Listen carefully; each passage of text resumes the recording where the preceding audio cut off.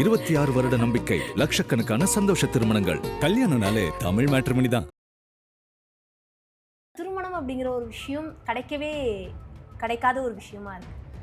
ஜாதகத்தில் தான் பிரச்சனையா, இல்லை வாஸ்துல அவங்களுடைய வீட்டு அமைப்பால் தான் அவங்களுக்கு இந்த மேரேஜ் அப்படிங்கிறது தள்ளி போய்கிட்டே இருக்கா சார்? இப்போ 2 ஆண் குழந்தைகள் இருக்கக்கூடிய வீட்டுக்கு தென்கிழக்கு பகுதியில் கிழக்கு திசையில் ஒரு ரோடு குத்தலோ இல்லை வீதி குத்தலோ இல்லை ஒரு நடைபாதை குத்தல்கள் இருந்தாலும் கூட திருமண தடை அப்படிங்கிறது ஏற்படுது.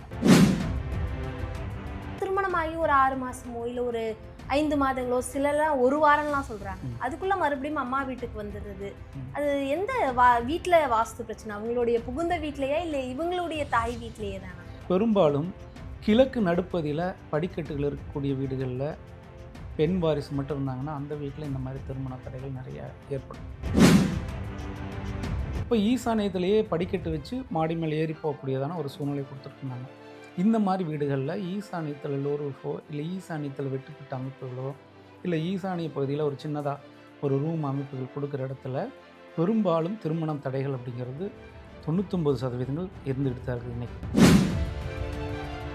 வீட்டில் வாஸ்து பிரச்சனை அப்படின்னாலே வீட்டில் வந்து பெண்களை தான் முதல்ல பாதிக்கும் அப்படிங்கிற ஒரு கூற்று இருக்குது. இதை எப்படி பார்க்குறீங்க? இது எந்த அளவுக்கு? வீட்டில் வாஸ்து தவறுகள் இருந்தால் ஃபஸ்ட்டு எப்போவுமே ஆண்களை தான் பாதிக்கும். வடகிழக்கு பாதிக்கப்பட்ட வீடுகள் இருக்கக்கூடிய பெண்கள் தான் அழகானவங்களாகவே இருப்பாங்க. ஆண் குழந்தைகள் அதே 2 ஆண் குழந்தை இருக்காங்க இல்லை ஒரே ஆண் குழந்தை இருக்கிறாங்க அப்படின்னா வடகிழக்கு பாதிக்கப்பட்ட வீடாக இருந்துச்சுன்னா கண்டிப்பாக அந்த ஆண் தான் பாதிக்கப்படுவாங்க. ஒரு திருமண பேச்சுவார்த்தைகள் நடக்கும்போது ஒன்று புதுசாக வீடு கட்டினீங்கன்னா திருமணம் அப்படிங்கிறது தடைபட்டு நின்று. இப்போ ஒன்று வீட்டை கட்டிட்டு பொண்ணு பாருங்க, அப்போ ஒரு நல்ல மனைவியாக நல்ல மருமகள் அந்த வீட்டுக்கு கிடைப்பாங்க. ஆதன ஆன்மீகம் நேயர்களுக்கு ஷாம்லாவின் அன்பு கலந்த வணக்கங்கள். நம்ம ஆதன ஆன்மீகத்தில் ஆன்மீகம் சம்மந்தப்பட்ட பல கேள்விகளுக்குமே தினந்தோறும் ஒவ்வொரு வகைகளில் பதில்களை பார்த்துக்கிட்டு இருக்கோம். அந்த வகையில் வாஸ்து ரீதியாக நிறைய பயனுள்ள தகவல்களை நம்ம கூட பகிர்ந்து கொள்ளக்கூடிய வாஸ்து தங்கதுரை சார் இன்னைக்கு நம்மோடு இணைஞ்சிருக்கிறார். நிறைய விஷயங்களை கேட்டு தெரிஞ்சுக்க போகிறோம். வணக்கம் சார். வணக்கம். குரு வாழ்க, குருவே துணை. எப்படி இருக்கீங்க சார்? சிறப்பாக இருக்கேன். திருமணம் அப்படிங்கிற ஒரு விஷயம் இப்போ வரைக்குமே நிறைய பேருக்கு எட்டாத கனியாகவே இருந்துக்கிட்டு தான் இருக்குது. ஆண்களுக்கு வீட்டில் எல்லா விதமான வசதிகளும் இருக்கும், வாய்ப்புகளும் இருக்கும். ஆனால் அந்த திருமணம் அப்படிங்கிற ஒரு விஷயம் கிடைக்காத ஒரு விஷயமா இருக்குது. ஜாதகத்தில் தான் பிரச்சனையா, இல்லை வாஸ்துல அவங்களுடைய வீட்டு அமைப்பால் தான் அவங்களுக்கு இந்த மேரேஜ் அப்படிங்கிறது தள்ளி போய்கிட்டே இருக்கா சார்? பொதுவாகவே எல்லாரும் என்ன நினைக்கிறாங்கன்னா திருமண தடை காரணம் ஜாதகம்தான். அதில் வந்து ராகு கேது தோஷம் இருந்தால் திருமண தடை கொடுக்கும். இல்லைன்னா பொதுவாக திருமண தடைக்கான இந்த 2 திருமண தார தோஷம் அப்படின்னு இந்த மாதிரி தோஷங்கள் இருந்தால் தான் திருமண தடை ஏற்படும் அப்படின்னு சொல்லி நிறைய இடங்களில் பார்த்திங்கன்னா இந்த பரிகாரங்கள் அப்படிங்கெல்லாம் பண்ணிகிட்டு இருப்பாங்க. நிறைய கோயில்கள் போனீங்கன்னா பெரும்பாலான கோயில்களில் இந்த திருமண தடைக்கான பரிகாரங்கள் தான் அதிகமாக பண்ணுறாங்க. ஆனால் நான் பார்க்கக்கூடிய இடங்கள்லாம் பார்த்திங்கன்னா ஜாதக ரீதியாலாம் நல்லா தான் இருக்கும். பட் என்னென்னா அந்த வீட்டில் இருக்கக்கூடிய பசங்களுக்கு இப்போ 2 ஆண் குழந்தைகள் இருக்காங்க இல்லை ஒரே ஆண் குழந்தைகள் இருக்கிறாங்க. அந்த மாதிரி வீடுகள்லாம் பெரும்பாலான வீடுகளில் 30 வயதை கடந்தும் 40 வயதை கடந்தும் திருமணமாகாது இருக்காங்க. இதுக்கு காரணம் என்னென்னு பார்த்திங்கன்னா ஜாதகம் கிடையாது, அந்த வீடு தான். பொதுவாகவே இப்போ 2 ஆண் குழந்தைகள் இருக்கக்கூடிய வீட்டுக்கு தென்கிழக்கு பகுதியில் கிழக்கு திசையில் ஒரு ரோடு குத்தலோ இல்லை வீதி குத்தலோ இல்லை ஒரு நடைபாதை குத்தல்கள் இருந்தாலும் கூட திருமண தடை அப்படிங்கிறது ஏற்படுது. ஒரு சில இடங்கள்லாம் பார்த்திங்கன்னா இப்போ இந்த 90s கிட்ஸுக்கு தான் பெரும்பாலான இடங்களில் திருமண தடை இருக்குது. இப்போ வர்றவங்கள 2-3 கல்யாணம் பண்ணிக்கிறாங்க பசங்க. பட் என்னென்னா இந்த 90s கிட்ஸ் மட்டும் என்ன காரணம் அப்படின்னு சொல்லி பார்த்தீங்கன்னா இந்த 1985 காலகட்டத்திலிருந்து 2000 வரைக்கும் காலகட்டத்துக்கு இந்த இன்ஜினியர் வந்து ஸ்ட்ரக்சரல் அப்படின்னு சொல்லி ஒரு டிசைன் கொடுத்துருந்தாங்க. இன்ஜினியர்ஸ் பெரும்பாலும் கொடுத்த இடத்துல அதில் மேஸ்திரியாக இருக்கிறவங்க அவங்களும் ஒரு சிலர் வந்து பிளான் வந்து கொடுத்துருந்தாங்க. அது வந்து எலிவேஷனுக்காக என்ன பண்ணாங்கன்னா ஈசானிய பகுதியில் என்ன பண்ணுவாங்கன்னா லோ ரூஃப் கொடுத்துருவாங்க. அப்போ ஈசானியத்திலேயே படிக்கட்டு வச்சு மாடி மேலே ஏறி போகக்கூடியதான ஒரு சூழ்நிலை கொடுத்துருக்குறாங்க. இந்த மாதிரி வீடுகளில் ஈசானியத்தில் லோ ரூஃபோ இல்லை ஈசானியத்தில் வெட்டுப்பட்ட அமைப்புகளோ இல்லை ஈசானிய பகுதியில் ஒரு சின்னதாக ஒரு ரூம் அமைப்புகள் கொடுக்குற இடத்துல பெரும்பாலும் திருமணம் தடைகள் அப்படிங்கிறது 99% இருந்துகிட்டு தான் இருக்குது இன்றைக்கும். அப்படியே திருமணங்கள் நடந்தாலும் அந்த இடத்துல கணவன் மனைவிக்கான பிரிவுகளை பெரும்பாலான இடத்துல கொடுத்துருது. ஒரு சில இடங்களில் என்ன பண்ணுதுன்னா இந்த ஈசானியம் தவறாக இருக்கிறப்போ அங்கே வந்து அந்த வீட்டினுடைய தலைவருக்கு தலைப்பகுதியிலையோ இல்லை கழுத்து பகுதியிலையோ இல்லை நுரையீரல் பகுதியிலையோ ஏதாவது ஒரு நரம்பு தொடர்பான பாதிப்புகளை கொடுத்து அந்த இடத்துல தொடர்ந்து ஒரு நிலையான ஒரு நோய்வாய்ப்பட்ட ஒரு நபரை அந்த வீடு வச்சிட்ருக்கு. அப்போது ஜாதகத்தை நீங்கள் எடுக்கிறதா இல்லை வீட்டை எடுக்கணும் அப்படின்னா ஃபஸ்ட்டு நீங்கள் பார்க்கக்கூடியது வீடு. வீட்டை சரி பண்ணாலே 90% பிரச்சனைகள் சரியாயிரும். 100% திருமணம் அப்படிங்கிறது நடந்துடும். சப்போஸ் அப்படியும் இல்லை அப்படின்னா தான் நெக்ஸ்ட்டு வந்து ஜாதகத்துக்கு போகணும். ஆனால் என்னை பொறுத்தளவுக்கு நான் பார்த்த இடங்களில் இன்றைக்கி நான் ஒரு 100 வீடு பார்க்குறேன், திருமணம் தடைகள் இருக்குது பசங்களுக்கு அப்படின்னா ஒரு 99% வீடுகளில் எல்லா வீட்லேயுமே திருமணங்கள் நடந்திருக்கு. அதுக்கு மிகப்பெரிய ஆட்களையும் சொல்லலாம், சாதாரணமாக இருக்கக்கூடிய ஆட்களும் சொல்லலாம். பட் அதற்கான மாற்றி அமைக்கக்கூடிய வாய்ப்புகள் இருக்கிற வீடுகளும் இருக்குது. ஒரு சில இடங்களில் மாற்றியே அமைக்க முடியல. அப்படியே நம்ம போய் என்னதான் வாஸ்து பார்த்து சொல்லிட்டு வந்தாலும் கூட அவர்களுமே அதை அமைக்கிறதுக்கான சூழ்நிலை இல்லாதனால அமைக்க முடியறதில்ல. பட் வாஸ்துப்படி மாற்றி அமைச்சா 100% திருமண தடையிலேருந்து வெளியில் வரலாம். இப்போ வாஸ்து பற்றி ஒரு விஷயங்கள் நீங்கள் பேசியிருந்தீங்க சார். சில பேர் பெண்களுக்கு வந்து ரொம்ப பிடிச்சி திருமணம் பண்ணியிருப்பாங்க. லவ் மேரேஜாக கூட இருக்கலாம், இல்லை அரேஞ்ச் மேரேஜாக இருந்தாலும் அவங்களுக்கு அந்த திருமண வாழ்க்கையில் ஒரு பெரிய எதிர்பார்ப்போட தான் அந்த திருமண வாழ்க்கைக்குள்ளே போவாங்க.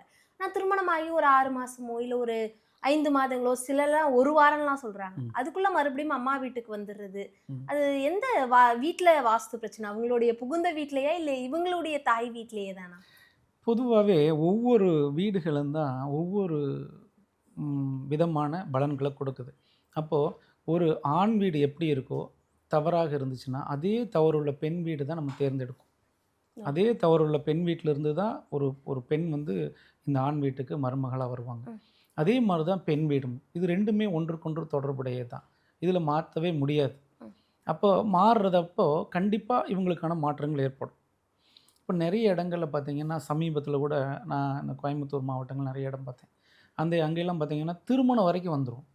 திருமணம் 1 மாதம் இருக்கிறப்ப திருமணம் நின்று போயிடும். இந்த பொண்ணு வேணான்றும், இல்லை பையன் வேணான்றுவான், இல்லை இந்த பொண்ணு வேறு யாராச்சும் கல்யாணம் பண்ணிட்டு வெளியில் போயிடும்.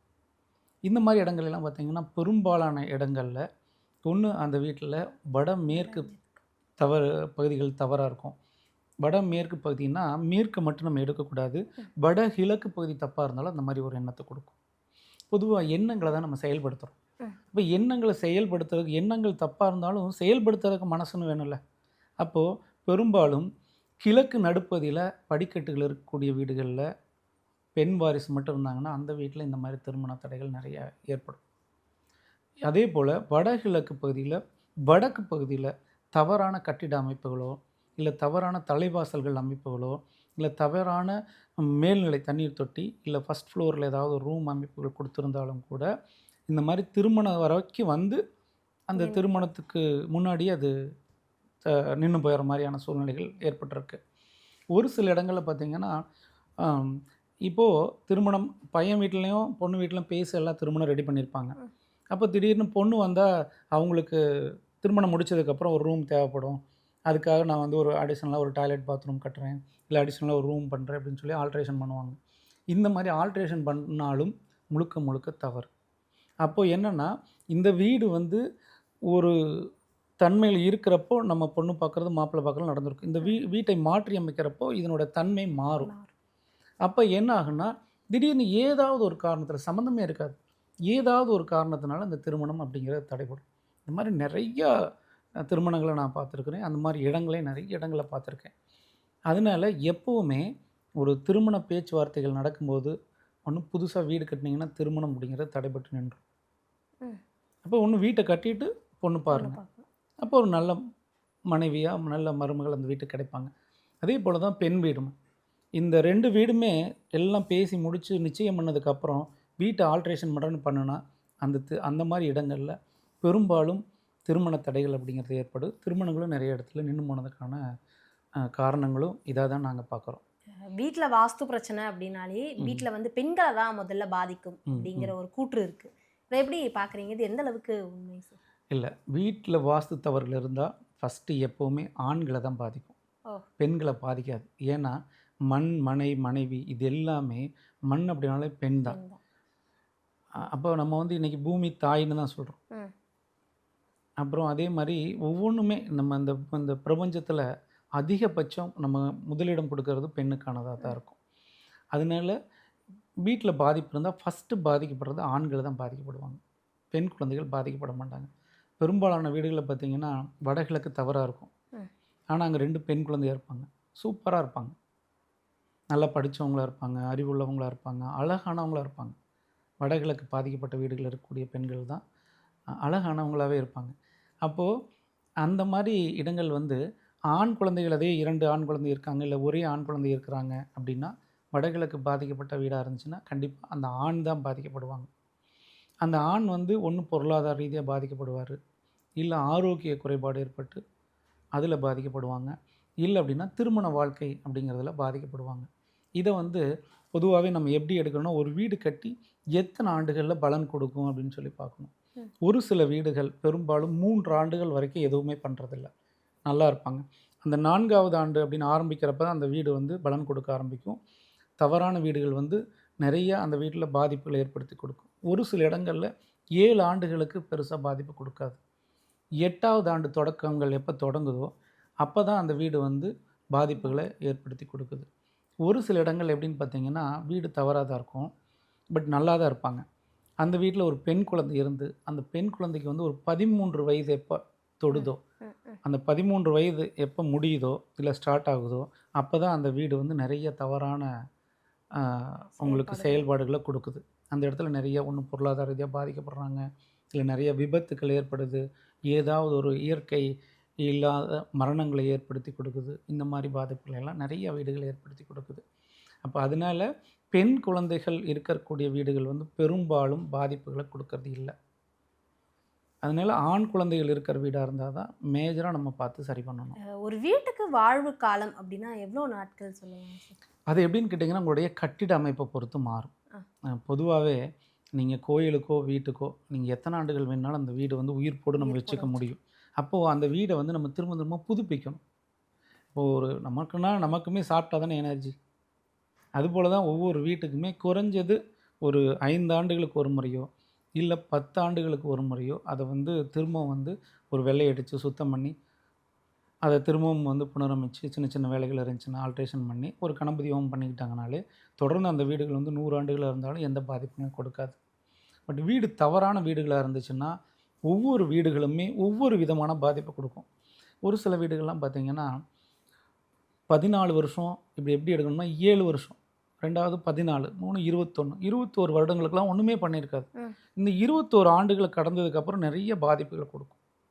அந்த மாதிரி வீடுகளெல்லாம் நாங்கள் வந்து எங்கள் குழு சார்பாக ஆய்வு செஞ்சோம்.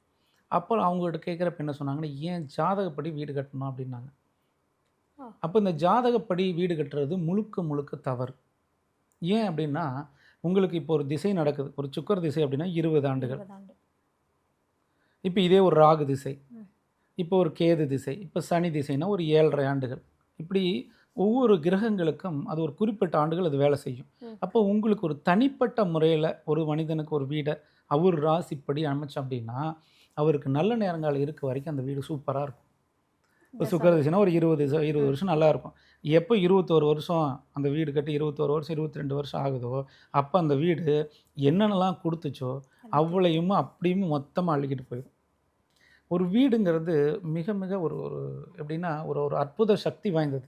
இது எப்போவுமே ஒரு அசுரனாக மாறுறதும் இல்லை ஒரு கொடுக்கக்கூடிய அள்ளி கொடுக்கக்கூடிய ஒரு அட்சய பாத்திரமாக இருக்கிறதுக்கும் நம்மளுடைய அந்த வீட்டை எப்படி பராமரிக்கிறோமோ அதை பொறுத்து தான் அது பலனை கொடுக்கும்.